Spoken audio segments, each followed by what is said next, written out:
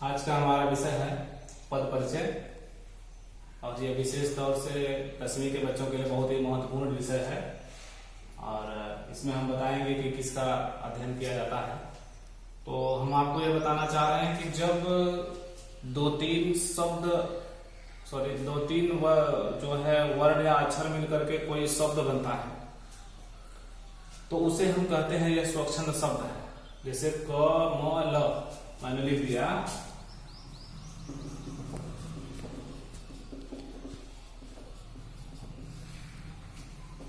अर्थात दो तीन वर्णमाला के अक्षरों को जोड़ने से एक शब्द बनता है सार्थक, तो उसे एक स्वच्छंद शब्द कहा जाता है।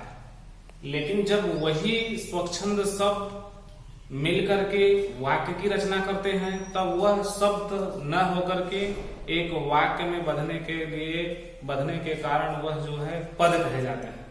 क्योंकि वह दो तीन शब्द अलग अलग होते हुए जब एक साथ इकट्ठा होते हैं तो वह पद बन जाता है। उन्हीं पदों के माध्यम से एक वाक्य की रचना होती है, तो उसको ही हम पद कहते हैं। अब उन्हीं शब्दों को जो पदों के रूप में इकट्ठा होकर एक वाक्य की रचना करते हैं, उन्हीं पदों का परिचय, व्याकरणिक परिचय कराना ही पद परिचय कहलाता है। उसके अंतर्गत क्या क्या होता है, वो कौन सा लिंग है, कौन सा वचन है, कौन सा कारक है, कौन सा सर्वनाम संज्ञा है, तो मैं आपसे बताऊं कि इसके अंतर्गत विकारी और अविकारी शब्द जो है मुख्य रूप से देखने को मिलता है। जो चार होते हैं विकारी और चार होता है अविकारी, दोनों मिलकर के कुल मिलाकर के 8 पद हिंदी साहित्य में होते हैं। तो मैंने आपको इसके पहले भी व्याकरण के नियमों को, व्याकरण के विषय को बता चुका हूं और आप देखे हैं कि इसमें एक वाक्य के 3-4 शब्दों का व्याकरणिक रूप से परिचय कराना ही पद परिचय कहलाता है। तो 8 प्रकार के पदों को देखने के बावजूद हम क्या लिखेंगे कि कौन सा जो है शब्द किस लिंग में, किस वचन में, किस वाच्य में, किस वाक्य में आता है। जैसे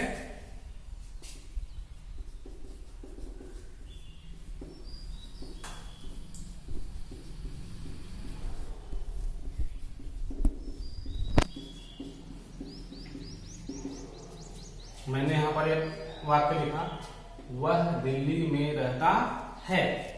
तो एक शब्द है वह दिल्ली में रहता है। तो 2-3 शब्द जो है पद मिल करके एक वाक्य की रचना किए, तो ये शब्द जो है यहाँ इकट्ठा हो गए तो ये पद कहे जाएंगे। अब इनका हम एक एक वर्णन करेंगे क्या है। तो इसका हम व्याकरणिक परिचय इस प्रकार दे रहे हैं, जैसे लिखा है यहाँ पर वह। सबसे पहले हम वह को देखेंगे। वह क्या है? यह जो है एक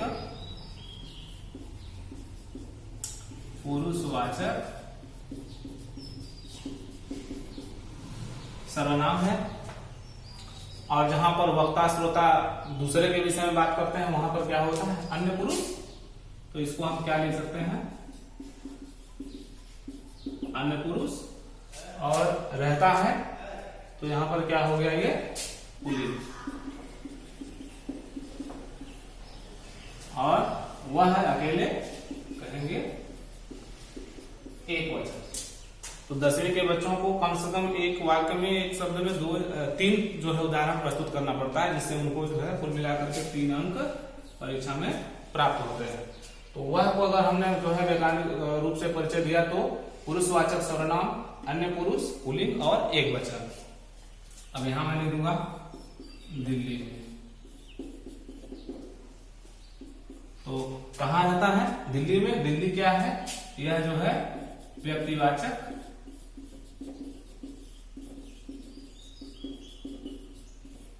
व्यक्तिवाचक सर्वनाम। और में है तो में का क्या लिख देंगे? अधिकरण कारक। अच्छा, इसके बाद है रहता है। तो ये क्या हो जाएगा? आकर्मक क्रिया। और रहता है तो ये भी पुल्लिंग है।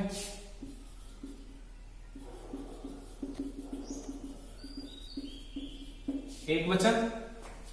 तो इसी प्रकार से हम जो है एक वाक्य में बधे हुए पदों को व्याकरणिक रूप से उसका वर्णन करते हैं और उसका परिचय कराते हैं कि ये कौन सा सर्वनाम है, कौन सा विशेषण है, कौन सा क्रिया है, और वही परिचय ही हमारा पद परिचय कहलाता है। तो ये मेरा पहला था। और अभी हम दूसरा उदाहरण दे दें कि यश 10वीं कक्षा में बैठा है। तो परीक्षा के दृष्टिकोण से दो प्रकार के प्रश्न पूछे जाते हैं। एक तो वाक्य लिखा होता है, तो पूरे वाक्य का देना पड़ता है, कहीं कहीं पर रेखांकित दिया होता है। अगर रेखांकित दे दिया गया कि वह का जो है आप परिचय दीजिए, तो वह का आप इसमें दे सकते थे, या हिंदी में तो व्यक्तिवाचक सर्वनाम और अधिकरण कारक दे सकते थे।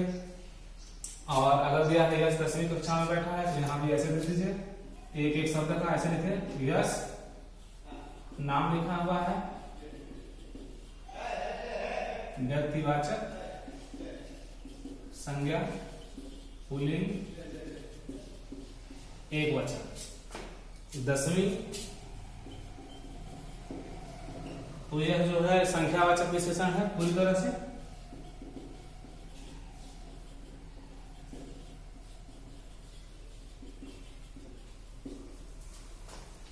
और कक्षा, तो यहां पर जो है कक्षा का नाम नहीं दिया हुआ है, यहां पर जो ऐसे है, तो हम दे देंगे जातिवाचक, संज्ञा और स्त्रीलिंग।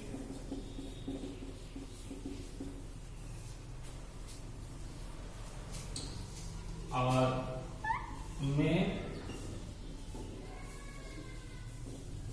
अधिकरण कारक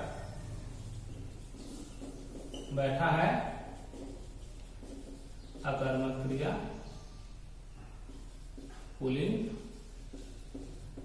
एक वचन। इस प्रकार से विभिन्न एक वाक्य में विभिन्न शब्दों का या पदों का जो है व्याकरणिक रूप से परिचय कराना ही जो है ये पद परिचय कहलाता है। मुझे उम्मीद है कि ये कम समय में आप पद परिचय को अच्छी तरह से समझ गए होंगे और इसके बाद और भी जानकारी आपको देखने को मिलेगी।